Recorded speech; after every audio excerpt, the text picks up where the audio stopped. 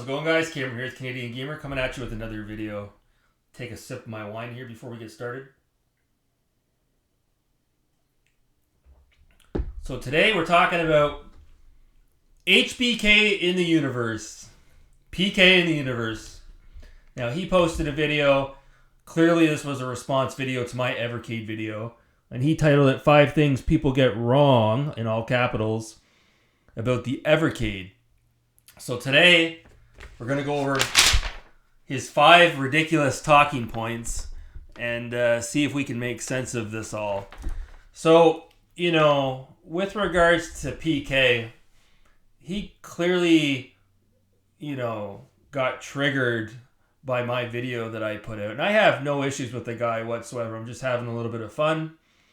He actually meticulously went back and combed through all of my videos since I had started this channel years ago, and he deleted all of his comments that he's ever posted on my channel. So petty. And then he blocked me on Twitter. Now keep in mind, folks, this is a guy who's about the same age as me, if not older. He's got a child. I think he's got a son. I think he's married. It could be wrong. So you think the guy could act like a fucking adult, and he's doing stuff like this. It's like, how old are you? Are you still wearing diapers? Does your wife change your diapers for you? What's going on here? Again, I have no problems with the guy whatsoever. He obviously has a problem with me, so we'll talk about his video today. Now, I took the time to watch his video, and it wasn't that bad. One thing I will say, he has really good production values on his channel. And that's something I kind of take issue with because, you know, that's why when I say this is a hobby channel, I don't put a lot of effort into my videos, obviously. I'm using a high-end camera today, but he must be using something else, like one of those digital SLRs, because the quality of his video is much better than mine. And, you know, all the effort he's putting into his videos, you know, it doesn't really correlate to the amount of views that he gets on his videos. I'm just calling it as it is. And that's why when you guys see me put out videos, and sometimes I use my other camcorder, it's much shittier quality. It's because I don't give a shit. You know, my videos, most people that come here to listen to what I have to say, not, you know, watch my videos as far as, you know, the quality resolution is concerned. It's more about what I'm saying, right? I could just as easily just do audio vlogs and not have video. What would be the difference, right? So, but today you guys are in for a treat. I'm using my better camera today. For all you guys out there that bitch and moan about my 720p Sony camcorder. So we've got his 5 ridiculous talking points here as to why the Evercade is not what people say it is. He's trying to prove the naysayers wrong. And I don't disagree with everything that he said. So, look, we'll go over it right now. And also as well, Relic Gamer put out a video as well. I don't know if any of you guys saw his video. If you guys want me to do a video response to his video, I can certainly do that later on today as well. I've cleared my desk of all other business to focus on these 2 individuals. Okay, so let's get going on this. So here we go. Talking point, I guess we'll go from 5 down to 1. So number 5, there are only old games on the Evercade. So I didn't know this. Apparently there's newer games being released on the Evercade as well. Again, I never said the only games being released on the Evercade are old. Again, he could be using this as a talking point towards other members in the community that have maybe mentioned this previously. So apparently there are carts that have, you know, more modern games on the Evercade, so there's a little bit for everybody. So fair enough. I'll definitely take his word on point number 5. Number 4, these are simply just a bunch of ROMs on a cart. And then he goes on to explain, well, duh, back in the day when you had a Super NES, what do you think that was? It was a ROM on a cart. Whoa. Let's just back the train up just a bit there, PK. Let's just back it up. This is my interpretation of why people say these are just ROMs on a cart. And if I'm wrong or if you disagree, you can certainly leave it in the comments below because you're not blocked on this channel. So I think what a lot of people are getting at is when you buy an Evercade cart, sure, they're ROMs on a cart. But, and maybe I'm wrong, if PK wants to come here and elaborate, by all means. I don't have an Evercade cart in front of me, so maybe I'm wrong on this. But I have a couple of Game Boy games I want to show you guys here. So I've got a couple of Wario Land games, as you can see here. Now, these are repros, okay? So, yes, they look like real carts. And, yes, the ROMs are on these carts.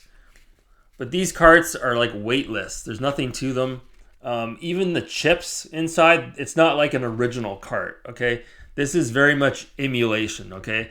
These are ROMs that were put onto a small chip that's not OEM. And this is basically like running an emulator on my Game Boy, okay? Whereas when you take an official cart, it's obviously got the real deal, the real chip inside, the real board. It's got a little bit of a hefty weight to it. It's got really good quality, like a good quality screw on it. Obviously, you guys are aware of the Game Boy carts. It's the real deal. It's the real McCoy. This is it. This is it, baby. Battery save batteries, the whole enchilada. So when you see these Evercade carts, it looks like it's just a cheap knockoff, not a real legitimate cart. And I bet you if you cracked it open and you looked at what was inside, PK, it's probably not like what you would see on like a Sega Genesis cart or a Super NES cart with a real chipset. Think of Star Fox as an example with the Super FX chip. Or Donkey Kong Country or Super Metroid, where you open it up and you can see the 24 megs of RAM, the real cart. Whereas you see an Evercade cart and it's simply a piece of plastic that looks like a cart and it's got a cheap little chip inside that's loaded with a bunch of ROMs that are running on an emulator on the console. So I think that's why people say it's just a bunch of ROMs on a cart. Yeah, of course, the older games were ROMs as well, but I think people are interpreting this differently. This seems like it's just kind of like a flash cart that you're putting into the Evercade, and it's just not. It's not the real deal. So I get why people say that. So I think for him to just sort of dismiss that and play it off like the Evercade carts are no different than original hardware, I think that's bullshit. It's a bullshit talking point, PK. So he's got here number 3, why not just buy a Raspberry Pi? So people use that as an argument. So I used to have a Raspberry Pi, and yeah, there is a lot of bullshit setting it up. That being said, once you do get it running properly, it can be a pretty nifty little tool. I find it works better if you've got it hooked up to a computer, as an example, or somewhere where you're sitting in the chair, because the reason why I say that is the Raspberry Pi, even if you put a shell on it, it's very light, it's weightless. So like, as an example, if you're hooking a Retro Pi or Raspberry Pi up to your big screen TV, and then you're running a cord from the controller to the Raspberry Pi, I guess you could use a wireless controller with them as well. But back in the day when I had it, I had a wired controller hooked up to it. And it just, the fucking Raspberry Pi was flipping and flopping all over my coffee table. It was just a horrible setup. It wasn't good at all. PK says that Raspberry Pis have gone up in price. They're not $50 or $60 anymore. I have no idea. I haven't looked up a price of a Raspberry Pi in a long time. And then he goes on to talk about how, it's illegal. You shouldn't be pirating games and loading them up onto these fucking Raspberry Pis, and you're breaking the law. And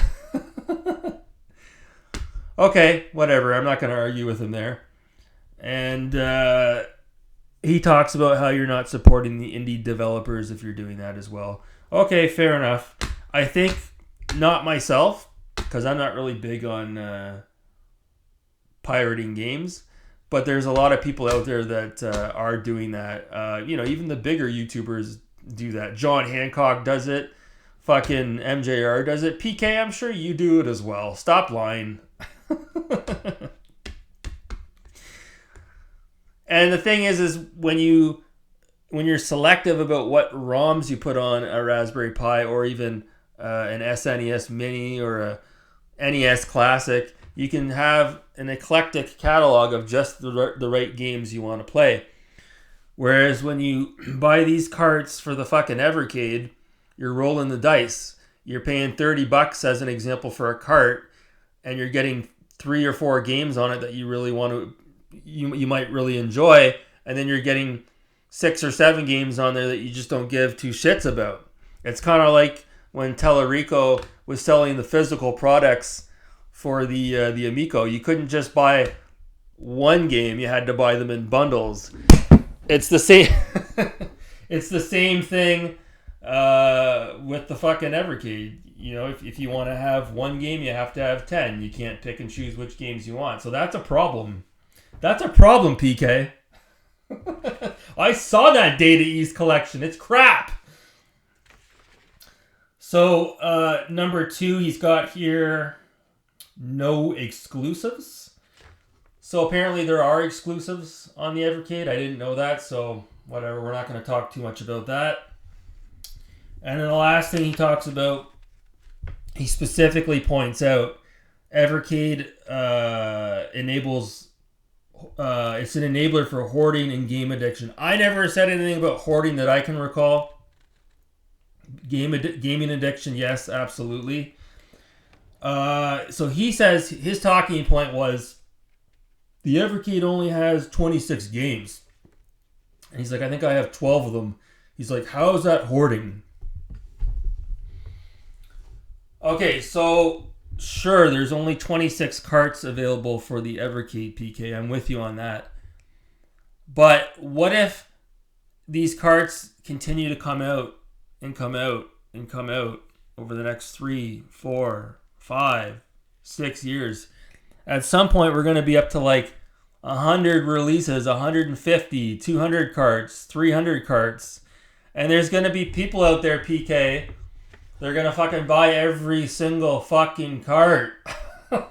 And yeah, you can make the argument that, people hoard for other game consoles as well. And they do. I've talked about that on this channel as well. Absolutely.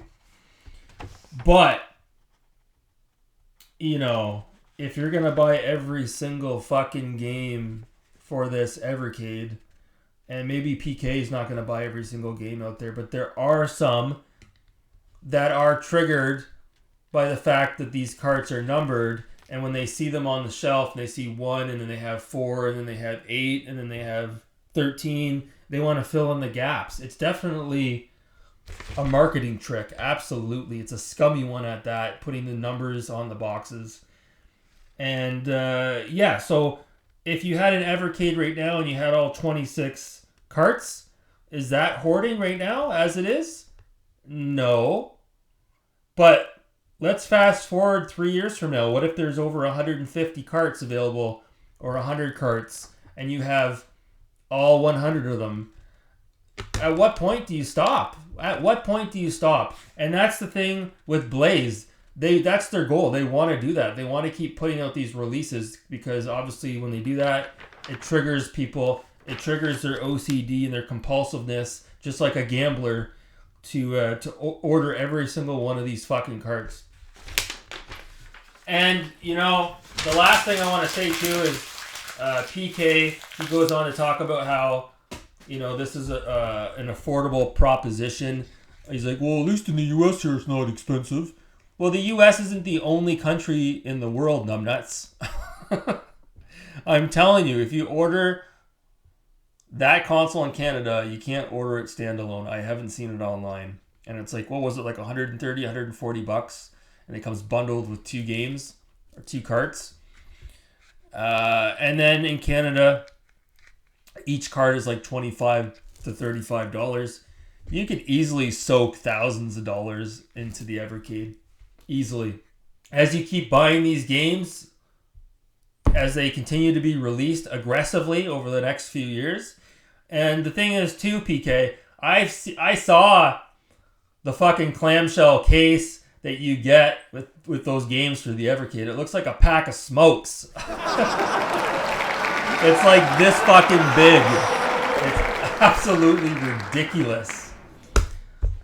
This is a fucking clamshell case. This is a physical game. This is what you would put on your bookshelf. This is a reason to collect. Not that Evercade bullshit. It's fucking trash. Absolute fucking trash. Good fucking Lord. And a guy I talked to in the community said it best too. He's like, why would you even waste your time with an Evercade when you could just buy a Super NES or an NES, like real hardware, and you could buy a stack of authentic real games that are going to appreciate in value, that will go up in price, and those carts and the console is of way better build quality than a Blaze Evercade console. Come and see me in 5 years, PK, and tell me if that console is still working. Tell me if those games are still working. Tell me if the labels on those cartridges are still working. Tell me if your clamshell cases are still intact or if they're cracking. Unbelievable fucking talking points, this guy. So, PK, you can leave it in the comments below. You're not blocked here and banned here. I didn't drop the ban hammer on you like you did to me. Alright, so let's cut it off here. We're at the 18-minute mark. What do you guys think about PK's ridiculous talking points? I'll leave a link to his video in the comments below. That'll be the pinned comment. You guys can check it out. Anyways, guys, that's going to do it for me. Thanks so much for watching, and have a good night. PK in the universe. And today I want to talk about 5 misconceptions I see about the Evercade. That's what I like about Evercade. You just buy the system, you buy a cartridge, or the cartridge is included with it. You put the cartridge in, and it just works. Oh, I can just order this cart online. It's $20, and then it's mine, and I can just pop the game in and play. There's a lot of value in Evercade, and a lot of people just don't see it. So